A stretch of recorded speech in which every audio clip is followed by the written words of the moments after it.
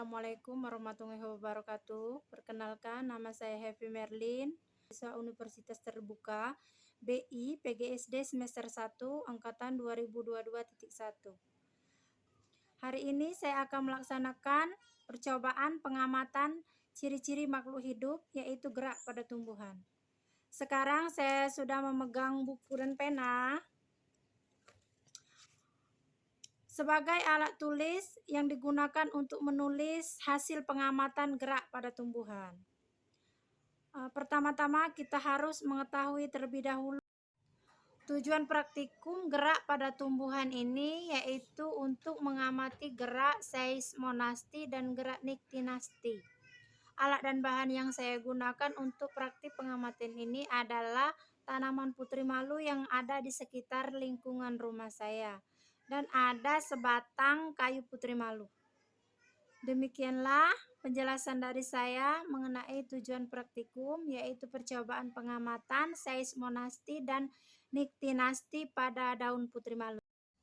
Baiklah, sekarang kita akan mulai melakukan percobaan ini. Pertama, yaitu percobaan pengamatan seismonasti pada daun putri malu.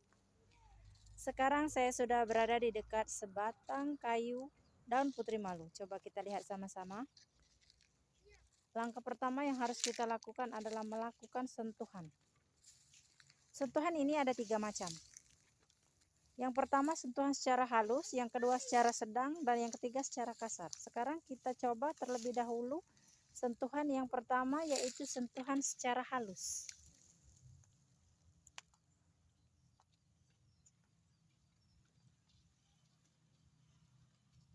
Dan putri mali ini akan mengatup secara perlahan. Bisa kita lihat. Dia mengatup walaupun cuma sedikit. Selanjutnya, sentuhan yang kedua yaitu sentuhan sedang.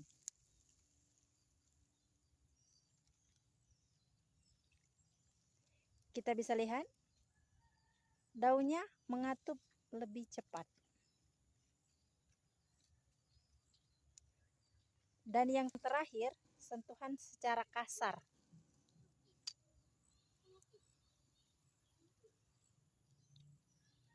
Tidak hanya daunnya yang kita lihat, tidak hanya daunnya yang mengatup, tetapi tangkainya juga ikut menunduk dan mengatup.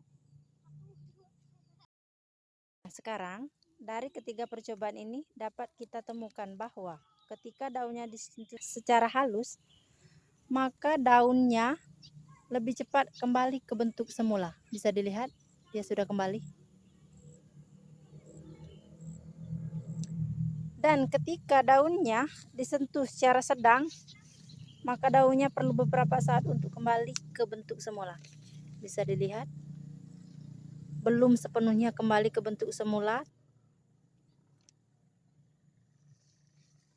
Dan yang ketiga atau yang terakhir, ketika daunnya disentuh secara kasar pada waktu yang lama untuk kembali ke bentuk semula. Masih seperti tadi. Masih seperti ketika disentuh secara kasar tadi. Demikianlah hasil percobaan saya tentang pengamatan semiosis seismonasti pada daun putri malu. Nah, kalau tadi gerak seismonasti, sekarang kita akan melakukan percobaan gerak niktinasti. Alat dan bahannya yang saya gunakan sama seperti percobaan seismonasti. Akan tetapi, kalau niktinasti menggunakan 2 pohon kayu putri malu, yang ini satu, dia yang di sampingnya ada satu lagi. Nah, sekarang kita akan melakukan percobaan. Sekarang saya sudah berada di tengah-tengah 2 pohon tersebut. Bisa kita lihat bersama-sama. Di sini sudah ada 2 pohon putri malu. Kedua pohon ini salah satunya akan saya tutup dengan menggunakan kardus yang kedap cahaya. Kita akan melakukan penutupan terhadap pohon putri malu ini. Kita tutup. Ya. Kita biarkan setengah jam berlalu.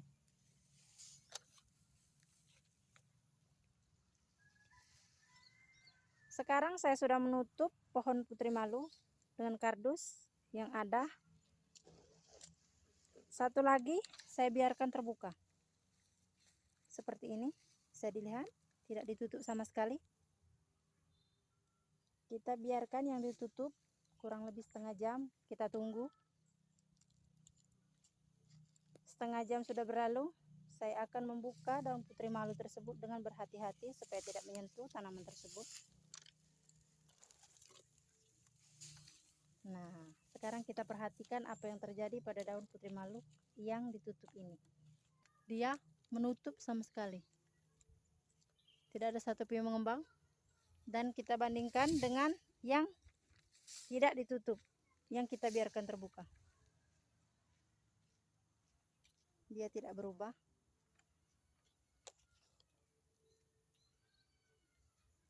Jadi, kesimpulan sekarang, daun putri malu yang terbuka di tempat yang terang dan daunnya tetap terbuka. Sedangkan daun putri malu yang tertutup dengan penutup yang kedap cahaya, daunnya tertutup semua seperti ini.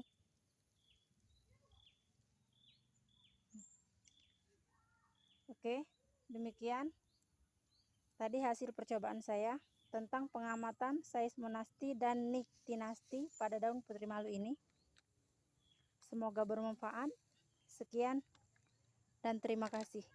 Wassalamualaikum warahmatullahi wabarakatuh.